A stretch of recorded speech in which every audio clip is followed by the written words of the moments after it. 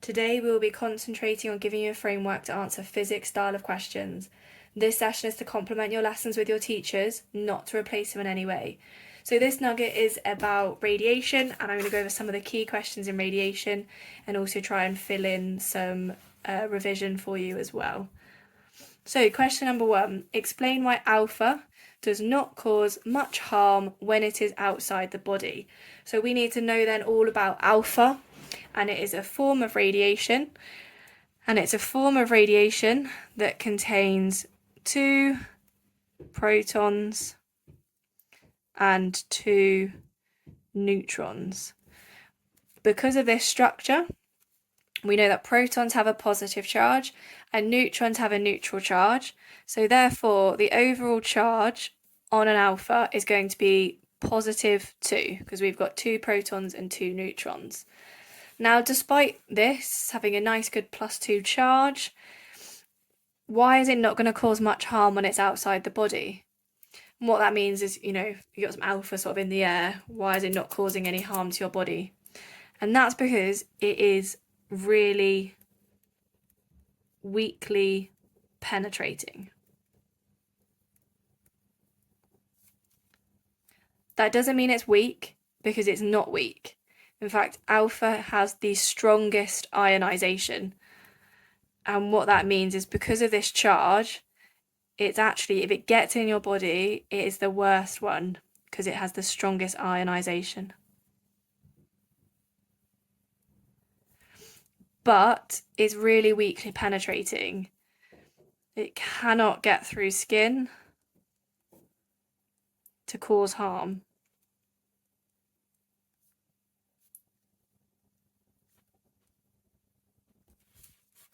Which is great. So if there's any in the air, which there quite often is, in your house, for example, alpha is found in your smoke detectors. But again, because it's weakly penetrating, it can't get through your skin. It can't even get through paper. So you could hold up a single sheet of paper and it can't get through that. It literally can't get through a single sheet of paper. It also cannot travel far in air.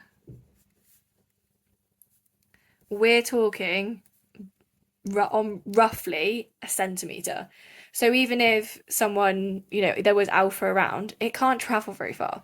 So here we go. We've explained now, which give reasons why alpha does not cause much harm when it's outside the body.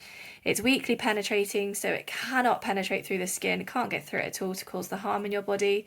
And also it cannot travel far in air, which is absolutely fabulous. No harm to us unless we ingest it and it already is in our body, in which case,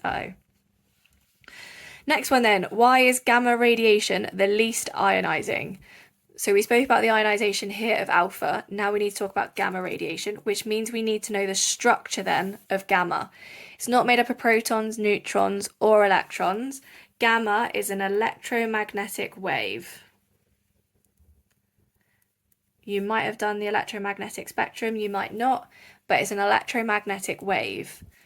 This means it has no charge because it's not made up of any of those subatomic particles, so is the least ionizing.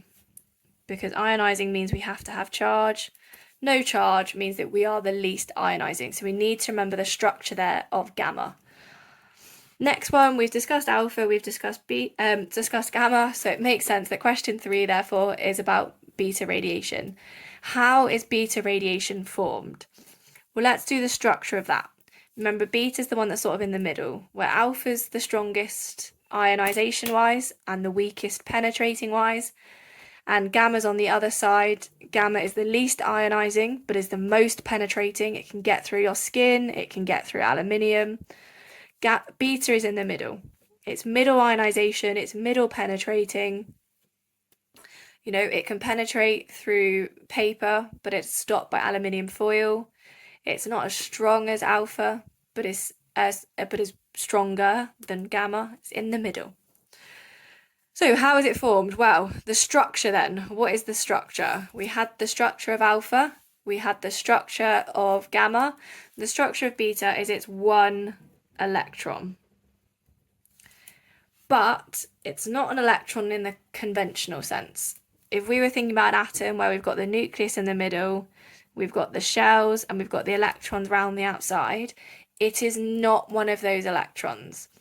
It's actually a neutron that has split into a proton and an electron.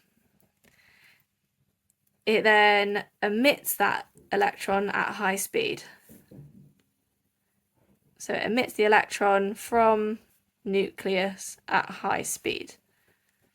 Now this happens when there are too many neutrons and therefore one of them gets split and goes. So then emits electron from nucleus at high, I just forgot the word, speed. And that's why it's made up of an electron and obviously therefore has a -1 charge. When talking about radiation, you're often asked about this word half-life. So I've got the define half-life one. It's a common definition in physics. And if we're going to define half-life, then we are talking about the time it takes, because it's a life, so it's got to have some time, the time it takes for a radioactive isotope to half. And all that means is that if I had, I don't know, let's say 100, and the half-life then is the time it takes for it to get down to 50. So it could be 10 seconds and have a really short half-life and really quickly disappear, or we could have another one that takes 10 years for that number to half. Some of them take thousands of years. Obviously, the longer the half-life, the more dangerous it is because it's around in the atmosphere for longer. The quicker the half-life, the safer it is. So, for example, in medicine, in the hospitals, if they're working with radiation, they're going to use a radiation that's got a short half-life so that it disappears from the body or the air quicker and causes less harm. Number 5, why are bunkers made out of thick lead? So we've spoken about up here about penetrating power, how alpha is stopped by paper, beta is stopped by sort of a sheet of aluminium foil. Gamma has the strongest penetrating power, and the only thing that stops it is thick lead or thick concrete. So therefore, why are bunkers made out of thick lead? It stops all forms, and that's important, all forms of radiation. And that really helps, obviously, because you don't want to, if a bomb goes off, an atomic bomb, be quite happy in your safe bunker made out of thick lead.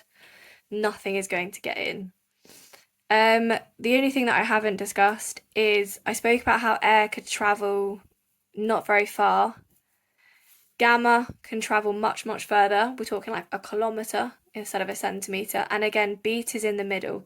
Beta's always sort of in the middle. If we're talking about, if we do an A there for alpha, a B for beta, and a G for gamma, beta's in the middle. It's got mid-ionisation. It's got mid-penetrating. And it's got a mid-distance to travel. Gamma is low ionising, high penetrating, and high distance. And alpha is high ionising. Remember, it's the one that's going to cause the most damage, but it's got a low penetration and a low distance. And the reason I've done a quick little summary there is to try and help you, because I've got a question here for you to do. And it's just one question because it's a lengthy one. It is a 6 marker in an exam.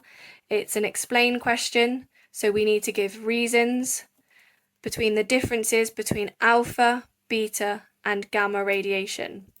Now I've tried to give you as much information in here as possible. When we're going to explain it, as in give reasons for these, the reasons behind them is their structure, which is why I kept talking about it. Alpha had 2 protons and 2 neutrons, therefore a charge of +2, making it the strongest ionisation. But it also makes it the biggest, doesn't it? By having 2 protons and 2 neutrons, it's also very big, which means it cannot penetrate and it cannot travel far. Gamma is an electromagnetic wave. Now, because it's a wave, it can travel long distances, but it's got no charge, so it's the least ionising. Beta is 1 electron, therefore has a charge, so is stronger. It's made up of just a single particle, so it can penetrate a little bit further than alpha, but not as far as gamma, and also with the distance. So that should help you answer that there. Again, make sure once you've written your 6-mark answer, can be in bullet points, you give it to your teacher for feedback.